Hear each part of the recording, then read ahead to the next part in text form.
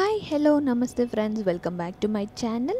So ಇವತ್ತಿನ ವೀಡಿಯೋದಲ್ಲಿ ಇನ್ಸ್ಟೆಂಟಾಗಿ ಗೊಜ್ಜು ಅವಲಕ್ಕಿ ಯಾವ ಥರ ಮಾಡೋದು ಅಂತೇಳ್ಬಿಟ್ಟು ತೋರಿಸ್ತಾ ಇದ್ದೀನಿ. ಇದು ನಾವು ಸಹ ಫಸ್ಟ್ ಟೈಮ್ ಮಾಡ್ತಾ ಇರೋದು, ಫಸ್ಟ್ ಟೈಮ್ ತಂದಿರೋದು ಈ ಥರ ಇನ್ಸ್ಟೆಂಟಾಗಿ ಗೊಜ್ಜು ಅವಲಕ್ಕಿ ಮಿಕ್ಸ್ನ.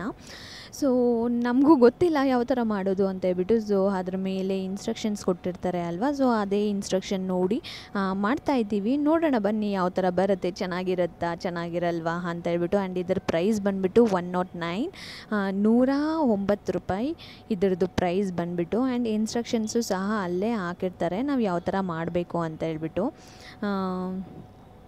ಸೊ ಬನ್ನಿ ನೋಡೋಣ ಯಾವ ಥರ ಮಾಡೋದು ಅಂತ ಹೇಳ್ಬಿಟ್ಟು.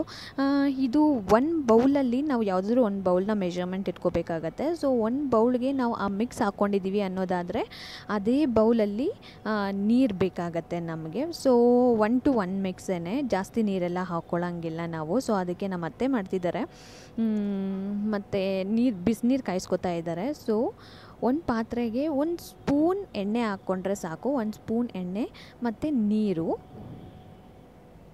ನಾವು 1 ಬೌಲ್ ತೊಗೊಂಡಿದ್ದೀವಿ ಗೊಜ್ಜು ಅವಲಕ್ಕಿ. ಸೊ ಅದಕ್ಕೆ ಅದೇ ಬೌಲಲ್ಲೇ ನೀರು ಮೆಷರ್ಮೆಂಟ್ ಮಾಡಿ ಇವಾಗ ಅದಕ್ಕೆ ಮಿಕ್ಸ್ ಮಾಡ್ತಾಯಿದ್ದೀವಿ. ಗ್ಯಾಸ್ ಆಫ್ ಆಗಿದೆ, ಗ್ಯಾಸ್ ಏನೂ ನಾವು ಆನಲ್ಲಿ ಇಟ್ಟಿಲ್ಲ, ಜಸ್ಟ್ ಬಿಸಿನೀರನ್ನ ಸಪ್ರೇಟಾಗಿ ಕಾಯಿಸ್ಕೊಂಡಿರೋದು.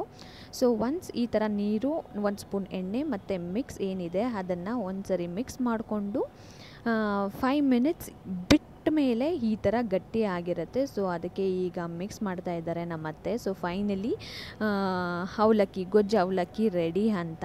ಸೊ ಟೇಸ್ಟ್ ವೈಸ್ ಹೇಳಬೇಕು ಅಂದರೆ ನನಗಿಷ್ಟ ಆಗಿಲ್ಲ, ಬಿಕಾಸ್ ನನಗೆ ಖಾರ ಇದ್ದರೆ ಫುಲ್ ಖಾರ ಇರಬೇಕು, ಸ್ವೀಟ್ ಇದ್ದರೆ ಫುಲ್ ಸ್ವೀಟ್ ಇರಬೇಕು. ನನಗೆ ಎರಡು ಮಿಕ್ಸಾಗಿ ತಿನ್ನೋಕ್ಕೆ ಇಷ್ಟ ಆಗೋದಿಲ್ಲ. ಇದು ಫುಲ್ ಜಾಸ್ತಿ ಖಾರನೂ ಇದೆ, ಜಾಸ್ತಿ ಸ್ವೀಟೂ ಇದೆ.